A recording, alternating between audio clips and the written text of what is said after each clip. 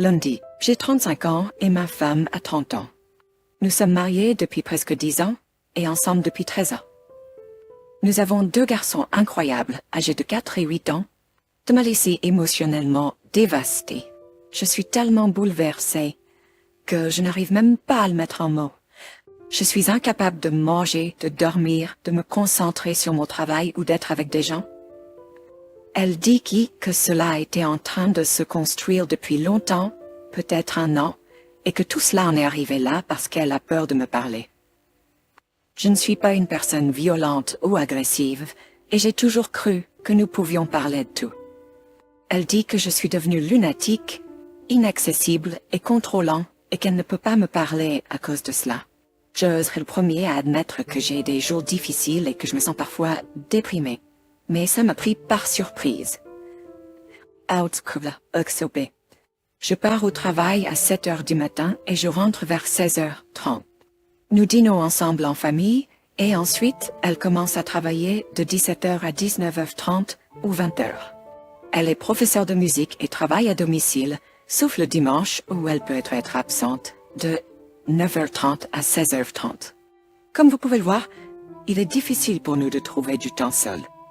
Un autre facteur majeur dans tout cela est que je soupçonne qu'elle entretient une liaison émotionnelle avec un ami masculin. Je n'ai aucun problème avec le fait qu'elle ait des amis masculins, et je ne lui dirai jamais qu'elle ne peut pas être amie avec quelqu'un. Voici mes raisons pour cette suspicion. Elle est toujours en train de lui envoyer des messages, et j'en suis assez sûre car je surveille son activité en ligne. Oui, je sais que mon esprit peut me jouer des tours. Elle est très protectrice de son téléphone et ne le laisse pas près de moi. Quand j'entre dans une pièce, elle le retourne ou le cache hors de vue. Si je lui demande à propos d'un message, elle fait une pause et doit y réfléchir. Elle omet également de mentionner si elle l'a rencontré pour prendre un café ou déjeuner avec lui. Elle a du 10 l'autre jour car je suis partie du travail plus tôt et je l'ai appelée pour la rencontrer. Mais ces dernières nuits, elle a été en haut et en ligne dès que j'apparais. Elle se déconnecte et fait ensuite une excuse quelques instants plus tard pour quitter la pièce pour réapparaître en ligne. Oui, je la surveille, mais je me suis tellement énervée à ce sujet que j'ai l'impression de devenir fou. J'ai cherché en ligne et tous ces signes pointent vers ma suspicion. Je en ai parlé et elle est devenue lunatique et agitée et ne voulait pas en parler. Elle pense que j'essaie simplement de détourner la responsabilité en l'accusant d'avoir une liaison. J'ai suggéré que nous voyions un conseiller, mais elle dit que je dois d'abord régler mes problèmes et que je dois simplement parler à quelqu'un. J'ai accepté que j'ai besoin de parler à quelqu'un et j'ai admis que je pourrais souffrir de dépression. Je viens de commencer à prendre des médicaments et je me sens déjà un peu mieux, donc je ne veux pas prendre de médicaments sur ordonnance. Maintenant, je pense que j'ai pu la pousser à cela, en ne pouvant pas lui parler et en laissant les choses devenir si distantes entre nous. Elle se sent maintenant plus à l'aise de lui parler plutôt que de moi. De plus, je pense qu'elle épuise toutes ces choses à dire à lui, nous laissant sans rien à dire. Elle dit qu'elle a essayé à plusieurs reprises, mais maintenant elle a l'impression de n'avoir plus rien à donner. Quand elle est venue, elle n'a pas encore si douée. J'ai suggéré que j'aille chez ma mère pendant un moment, mais je ne veux pas être loin de mes garçons. Me détruire, et je sens que ça l'aidera à passer à autre chose et à prendre des décisions définitives à partir de cela. Elle a également dit que je n'ai pas besoin de déménager, mais qu'elle a besoin de temps et d'espace. Un jour plus tard, il semble que mes soupçons soient fondés. En ce qui concerne l'accès à son Facebook ou la prise de son téléphone, j'y ai pensé, mais je voulais vraiment pas aller aussi loin. Un enregistreur vocal est une bonne idée et je vais m'en occuper aujourd'hui. Elle l'a dit à ses parents et à quelques autres personnes, mais je ne suis pas sûre de ce qu'elle a révélé sur son amitié avec ce garçon. Je suis tentée de partager mes pensées avec ses parents pour pouvoir faire passer mon message et peut-être qu'ils la feront avouer ce qui se passe. Je crois que son aveu est la première étape et ensuite nous pourrons travailler à réduire ou arrêter sa communication avec lui. Financière ancienne, nous ne pouvons pas informer seulement Et j'ai aussi un IVA qui nous affecte toutes les deux. De plus, la maison ne peut pas être vendue à cause de cela. Il reste encore environ 30 mois à courir et ce n'est pas un processus simple une fois qu'il est terminé. Elle travaille à temps partiel dans un bar de temps en temps et il y travaille aussi. À Kent, elle dit qu'il se confie également à elle à propos de ses problèmes et qu'il a des problèmes avec une ancienne partenaire qui lui met la tête à l'envers. Ironiquement, c'est exactement ce qu'elle me fait. Je ne veux pas juger, mais il y vit toujours avec sa mère, travaille environ 20 heures et gagne très peu. Si c'est lui avec qui elle est impliquée, il ne peut pas me remplacer financièrement. Je suis complètement perdue et à bout de souffle. Je vais essayer de rassembler plus de preuves, mais je sens que j'en ai assez avec ces messages constants. Cependant, au fond de moi, je sais que c'est pas suffisant. Elle a arrêté d'utiliser Facebook Messenger et utilise maintenant WhatsApp. Je pourrais éventuellement me connecter à son Facebook, mais cela la bloquerait et réinitialiserait son mot de passe et elle saurait tout de suite que c'était moi. En ce qui concerne WhatsApp, si je pouvais obtenir son téléphone, je pourrais le envoyer par email ses conversations. Un enregistreur vocal est une bonne option, mais je pense qu'il ne capturerait que les communications en ligne. Obtenir son téléphone est presque impossible, et elle se douterait de quelque chose si je lui demandais de le brancher. En ce qui concerne les finances, je paie l'hypothèque, l'assurance vie, la télévision Sky, l'assurance pour notre chien et le chauffage central. Elle paie le reste, y compris le gaz, l'électricité, la taxe d'habitation et les taxes d'eau. C'est que je paie et nous avons des comptes bancaires séparés, sans compte joint. Le 140 me semble être une étape positive pour moi et mes garçons. Si le devenissait l'envoi, ce serait génial. Je veux toujours essayer à nouveau, même si elle dit qu'elle n'a plus rien à donner, et je ne peux pas m'attendre à ce qu'elle change d'avis si rapidement. Je suis quelques jours dans le début de mon 180, je ne lui ai envoyé que des SMS et lui ai demandé des nouvelles des garçons. Je n'ai pas appelé, et j'ai emmené les garçons cet après-midi sans lui dire où nous allions. Je suis maintenant vague dans mes réponses et je n'engage pas beaucoup de conversations avec elle. Je ne cherche pas activement quelque chose, mais elle semble être celle qui initie la conversation et qui est trop gentille. Elle m'a même parlé au lit ce matin, ce qui ne s'était pas produit depuis quelques semaines. Je me réveillais et lui demandais comment elle avait dormi, si elle allait bien et si elle avait des projets pour la matinée, mais je n'obtenais qu'une réponse d'un mot ou parfois juste un grognement. Peut-être qu'elle essaie juste d'être gentille pour être gentille. Je paye une cleaning young Bess. Je vais aussi essayer d'utiliser certains dimanches lorsque je m'occupe des garçons, pendant qu'elle est en train d'enseigner, pour faire des choses plus excitantes avec eux et dîner dehors quelquefois avant de rentrer à la maison. Si cela se révèle être juste un ami, cela prouvera que j'avais tort dans mes soupçons et que mon esprit a trop réfléchi. La séparation est la dernière chose que je veux.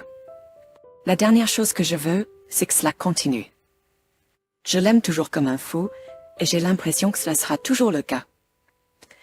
J'espère que voir un conseiller matrimonial m'aidera avec mes problèmes et nous permettra de nous concentrer sur notre relation. Si cela signifie recommencer à zéro et mettre beaucoup d'efforts pour regagner son cœur, je suis plus que prêt à le faire. Cependant, si et quand je découvrirai la vérité, je devrais prendre des décisions difficiles.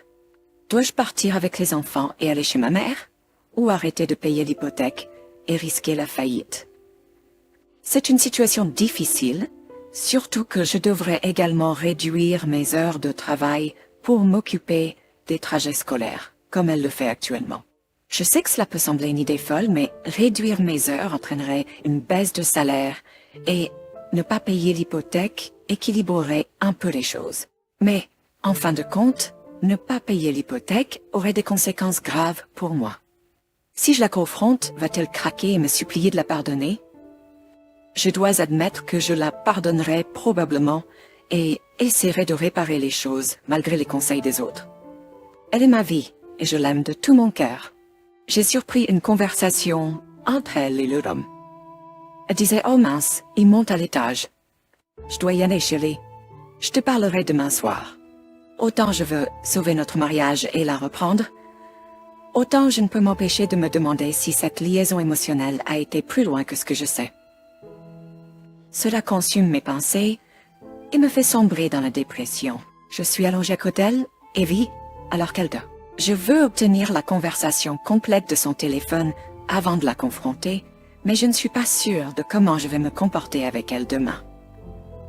Je ne veux pas éveiller ses soupçons en fouillant, donc j'essaie de m'approcher de son téléphone sans qu'elle le remarque. Tâchons, si je peux mettre la main sur son téléphone pendant quelques minutes, je peux ouvrir son WhatsApp et m'envoyer la conversation par email. Mais je dois être prudent et m'assurer que l'email s'envoie et ne reste pas bloqué dans sa boîte d'envoi. Je ferai de mon mieux pour afficher un visage courageux demain et continuer avec l'approche 180. Une fois que j'aurai la conversation complète sur WhatsApp, je pourrai la confronter ou lui donner un ultimate. J'espère qu'elle réalisera la gravité de ses actes. Je sais que lire plus de la conversation ne fera que me faire plus de mal, mais je ne peux pas empêcher mon esprit de vouloir connaître la vérité. L'autre homme, c'est un homme de 30 ans qui vit encore chez sa mère. Il ne travaille que 16 heures par semaine au bar, où ma femme travaille également quelques shifts. Il n'a pas beaucoup d'amis et il n'y a rien de spécial chez lui. Ma femme et moi avons même plaisanté à son sujet par le passé. Elle travaillait là-bas plus souvent il y a quelques années, mais maintenant c'est seulement 1 ou 2 shifts par mois, et pas toujours avec lui. Je soupçonne que cette liaison émotionnelle avec lui dure depuis environ 3 mois. Avant cela, elle n'avait jamais vraiment eu de contact avec lui. Après avoir vu juste une petite partie de leur conversation sur WhatsApp, je n'ai pas pu dormir du tout la nuit dernière. Il est temps pour moi d'agir. Je n'ai pas encore parlé à un avocat ou à un conseiller juridique, mais ma sœur pense que je devrais le faire. Je dois d'abord obtenir les preuves de son WhatsApp, puis je pourrai faire mes demandes. Je ne veux pas me mettre en colère contre elle, mais je ne suis pas sûre de pouvoir me contrôler quand je vois l'autre homme. Si je le confronte, je serai vue comme le méchant et il obtiendra probablement plus de sympathie. Je veux que quelqu'un d'autre s'approche de lui et lui dise de reculer. Je dois planifier mes mouvements avec soin et ne pas attirer trop l'attention sur moi. Ce matin, ma femme a enlevé la fonction de dernière connexion sur WhatsApp, donc je ne peux plus la suivre. Cela pourrait signifier qu'elle est sur mes traces ou qu'elle est plus rusée. Il n'y a aucune autre raison pour elle de faire cela, sauf pour couvrir ses traces. Je sais que je suis sur un chemin long et sombre, et l'idée de trouver la lumière au bout devient de moins en moins probable. Mais je retarde encore mon enquête pour l'instant. Pendant quelques jours et en passant quelques nuits avec mes meilleurs amis que j'ai négligés ces derniers mois, je suis sortie ce soir pour jouer au bowling, boire et discuter. C'est une bonne idée. Ça m'a manqué et pendant quelques heures ça a presque semblé normal. Et c'est un sentiment horrible, horrible. Je veux plus de preuves pour pouvoir les partager avec sa famille et ses amis qui me voient comme quelqu'un d'inapprochable, maniaco-dépressif et contrôlant en fonction de ce qu'elle leur a dit. Elle leur a également caché la vérité. Pour ajouter à mon malheur, aujourd'hui marque le 10e anniversaire de la perte de mon père et mon berger allemand est également très malade. Ça a été une semaine infernale. Mise à jour mercredi était le 10e anniversaire du décès de mon père et jeudi j'ai dû faire euthanasier mon chien. Quoi qu'il en soit, revenons au sujet qui nous intéresse. J'ai maintenant toutes les preuves dont j'ai besoin, mais j'ai du mal à penser à briser le cœur de mes garçons en agissant. Je l'ai suivie vendredi et elle était chez lui, puis elle m'a menti quand je lui ai demandé. J'ai également réussi à brancher un câble de synchronisation d'iPhone de 3 mètres sur son téléphone et à obtenir la conversation WhatsApp d'hier. C'est pas juste une aventure émotionnelle. Je ne pense pas qu'il se soit passé autre chose que des baisers et des câlins, mais c'est suffisant. Je dois faire quelque chose maintenant.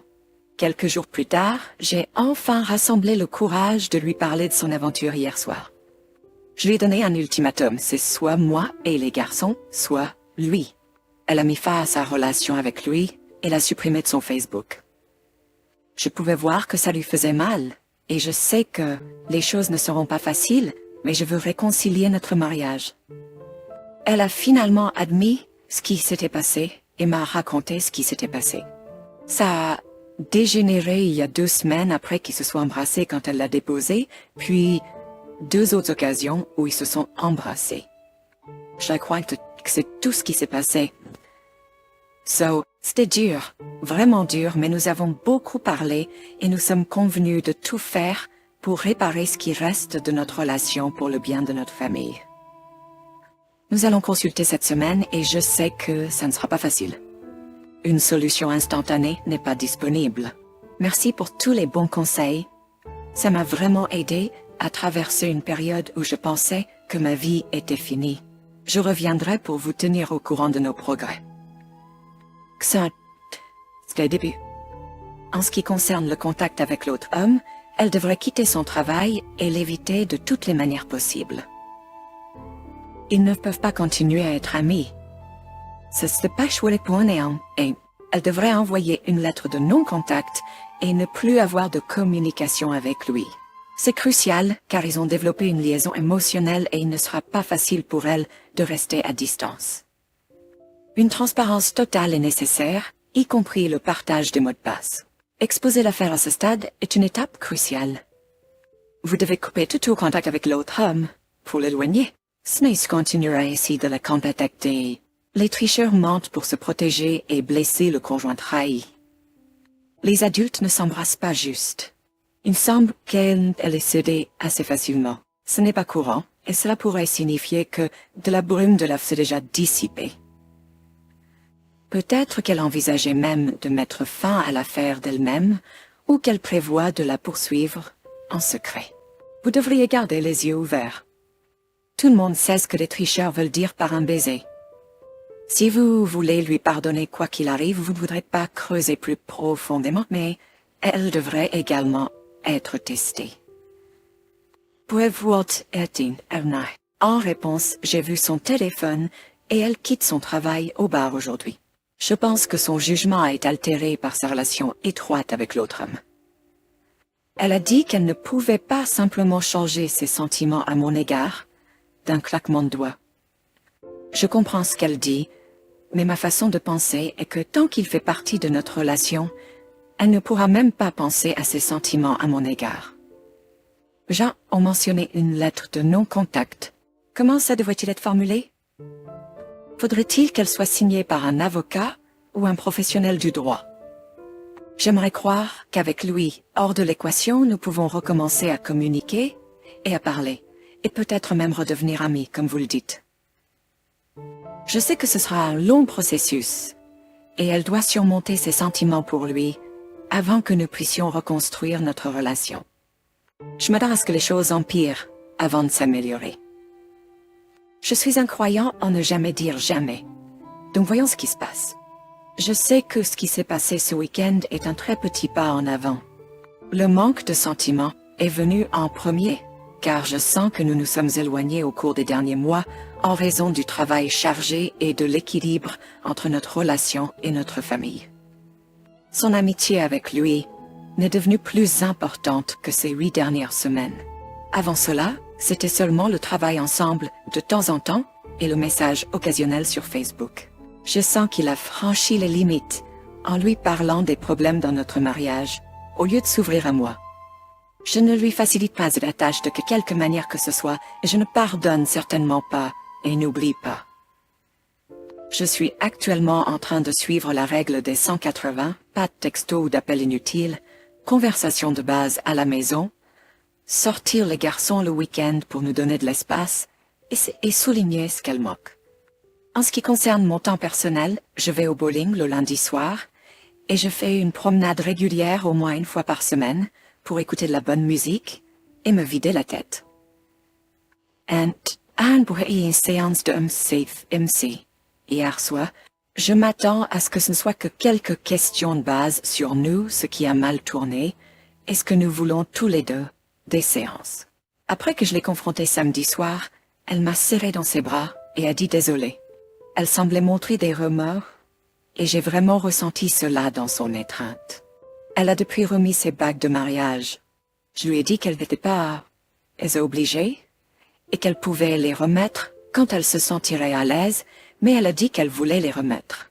Nous avons eu notre première séance OMC hier soir, qui a principalement consisté à remplir des formulaires et à discuter de ce qui s'est passé dans notre relation et de ce que nous voulons des séances. Ma raison de participer à ces séances est de reconstruire notre relation. Jusqu'à l'autre jour, ma femme était catégorique sur le fait de vouloir se séparer et de ne pas avoir de chance de réconciliation. Hier soir, quand on lui a demandé, elle a dit qu'elle était indécise sur ce qu'elle voulait. Le conseiller a donné un bref aperçu de ses réflexions sur ce qui s'est passé dans notre mariage, en se basant sur ce que nous avons discuté, et son opinion était similaire à la mienne. Nous sommes tous les deux très occupés avec le travail et les enfants, et nous n'avons pas beaucoup de temps pour nous.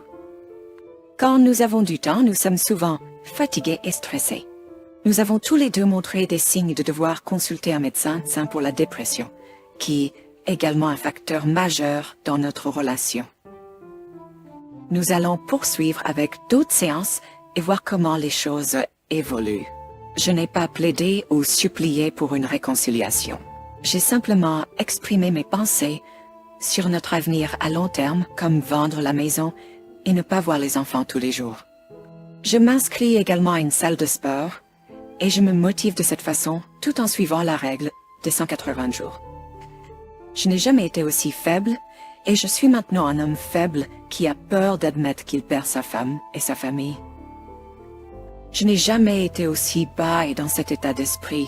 Pour que je puisse prendre le dessus sur cette épreuve, j'espère que les antidépresseurs me rendront un peu plus fort.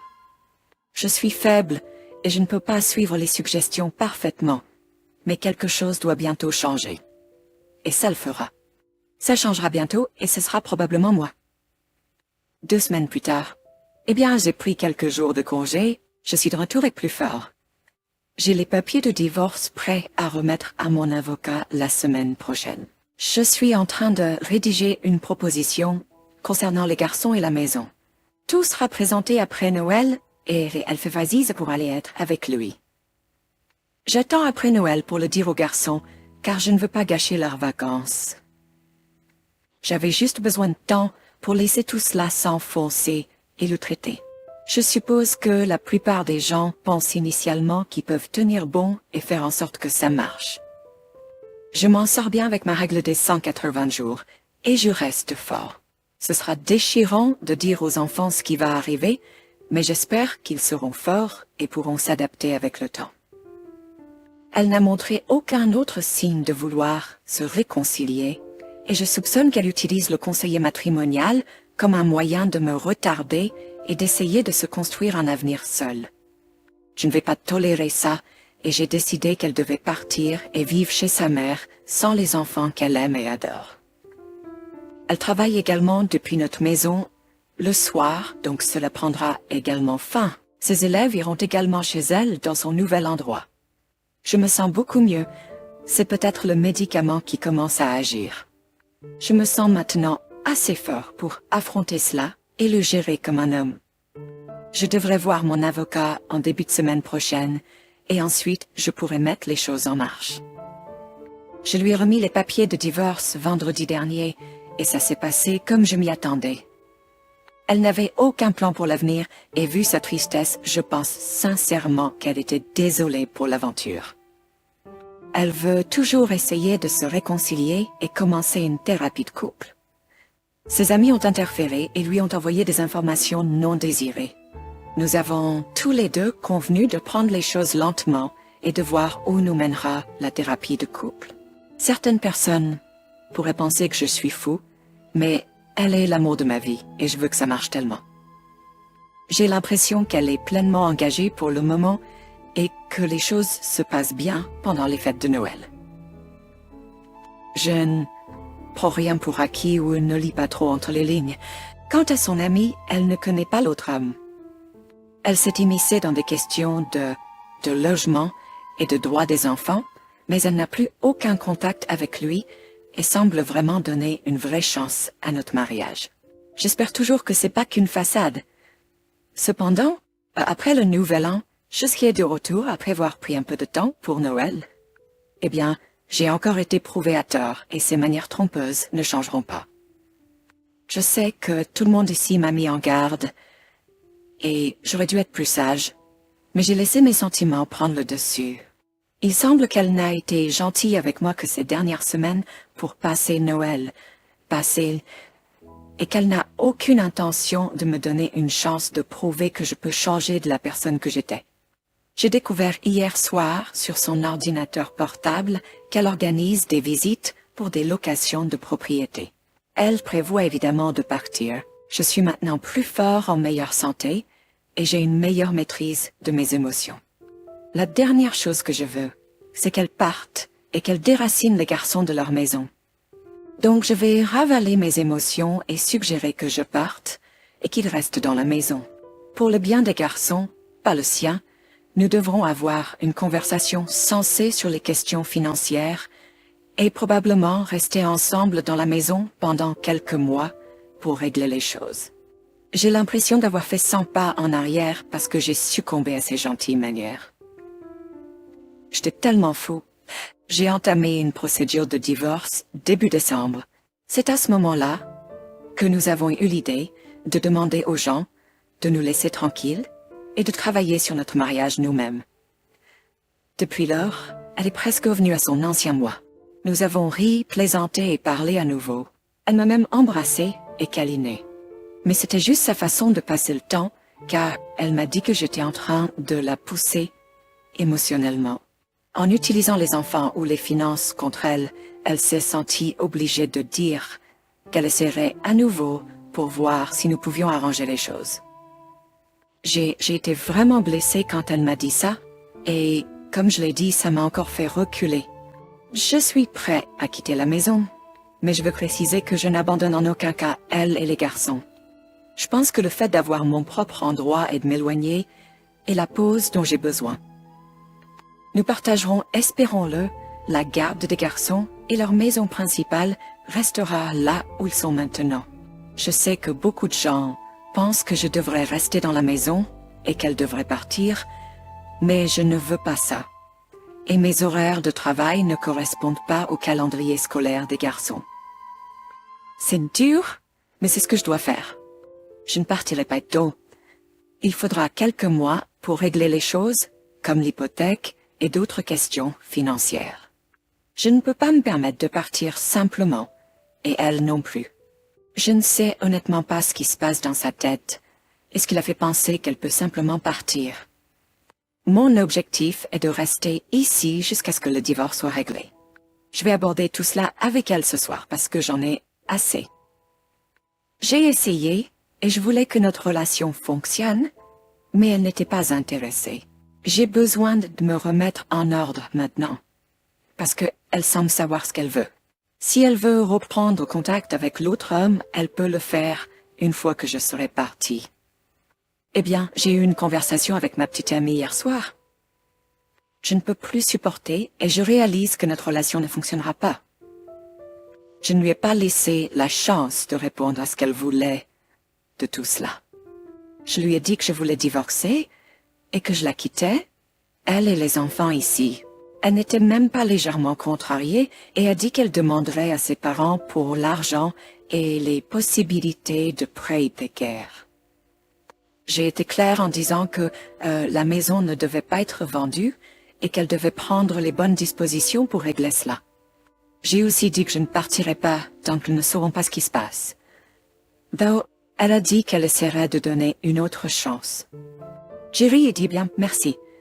Je m'attendais à ce que tu me laisses au moins donner une chance à ces comprimés que tu m'as fait prendre, plutôt que 3 semaines.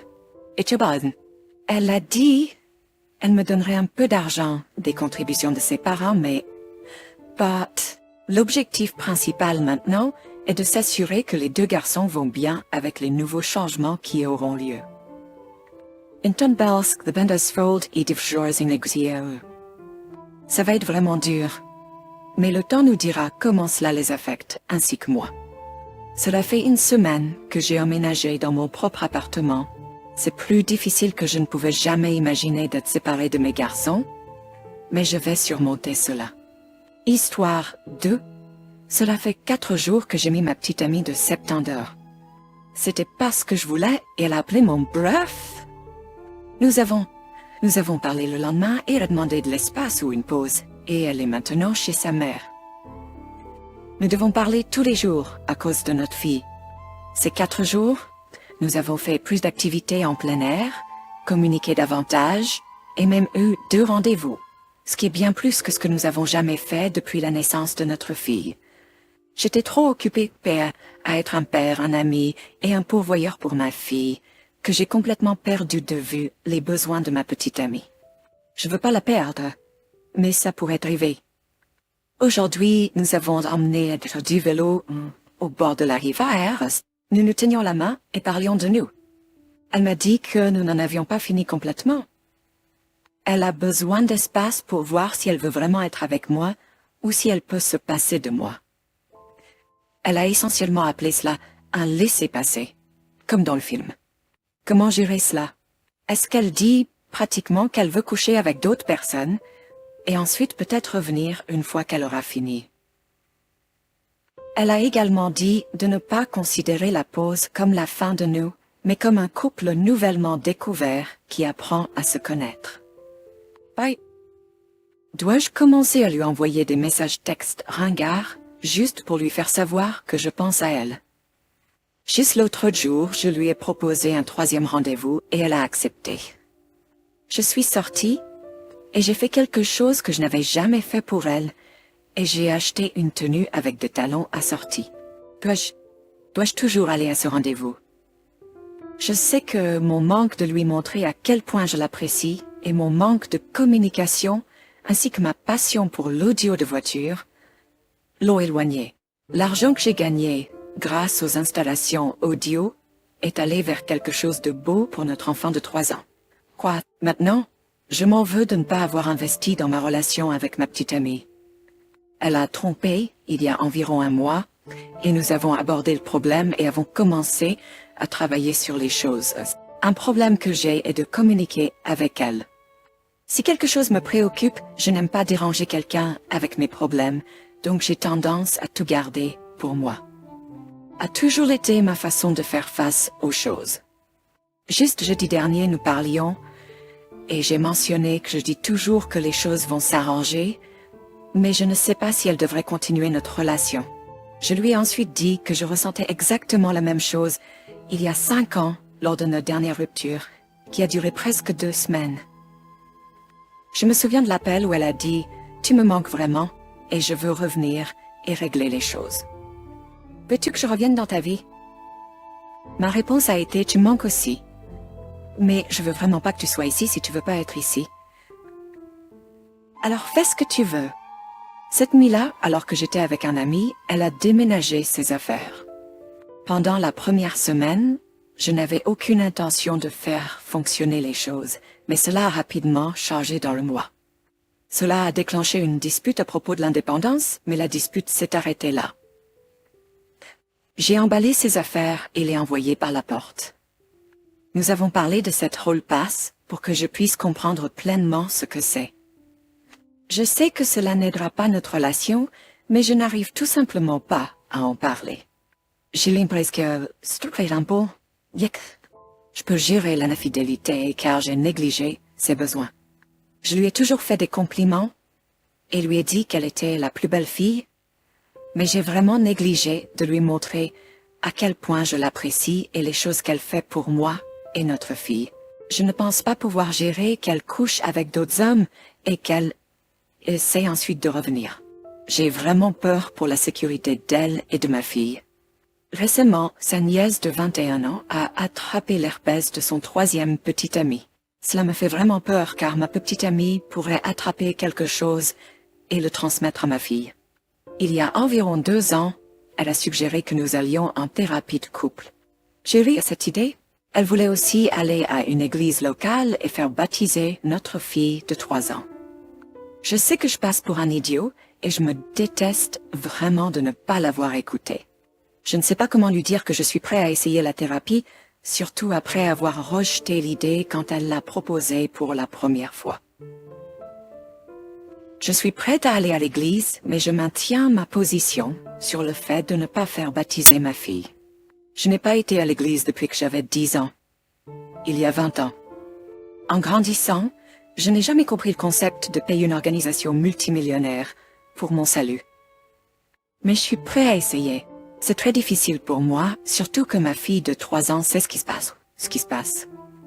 Après notre balade à vélo, je lui dis au revoir, et je la serre dans mes bras et l'embrasse, et elle s'excuse toujours auprès de moi. Hier, elle a dit « Je suis désolée, papa. Je n'avais pas l'intention de te frapper. C'était un accident, elle me tenait fermement. D'une certaine manière, elle pense qu'elle peut pas être avec moi parce que c'est de sa faute. » Le lendemain matin, elle m'a dit ce qu'elle avait fait. Elle a d'abord dit que c'était un gars au hasard, au bar, mais ça n'avait pas l'air assez convaincant. Alors j'ai vérifié ma facture de téléphone et j'ai vu un numéro répété. Avec un peu de recherche en ligne, j'ai découvert son nom. Je lui ai alors dit qu'elle racontait des conneries. Ernst, cela lui a fait peur aussi car j'ai obtenu toutes mes informations sans toucher à son téléphone et elle n'a pas de compte Facebook en plus. Quand je suis rentrée chez moi, elle m'a dit qu'elle avait rappelé le gars et lui a dit que c'était juste une fois.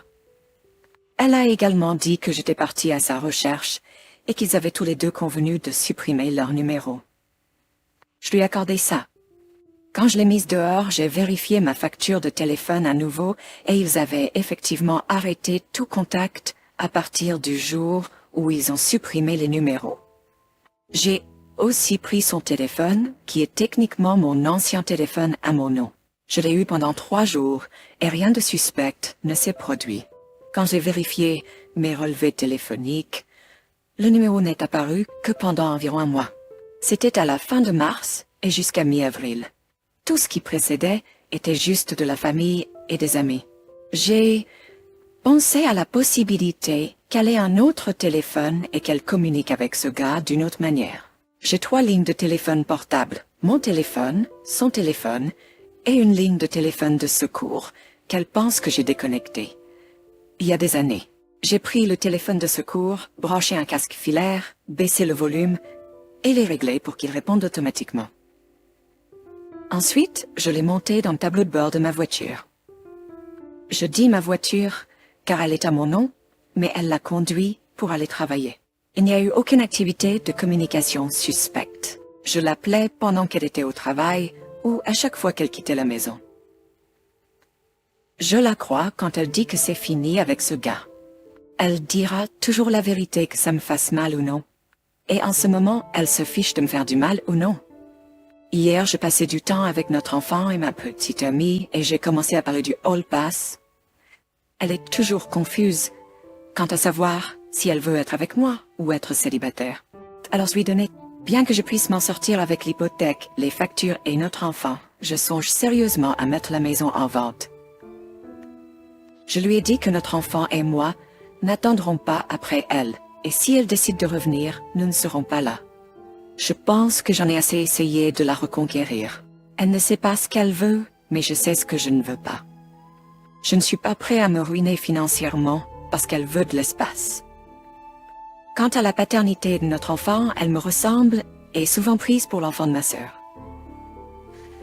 Je ne pense pas que je voudrais jamais savoir si elle n'est pas de moi. J'ai eu le spirale le premier jour.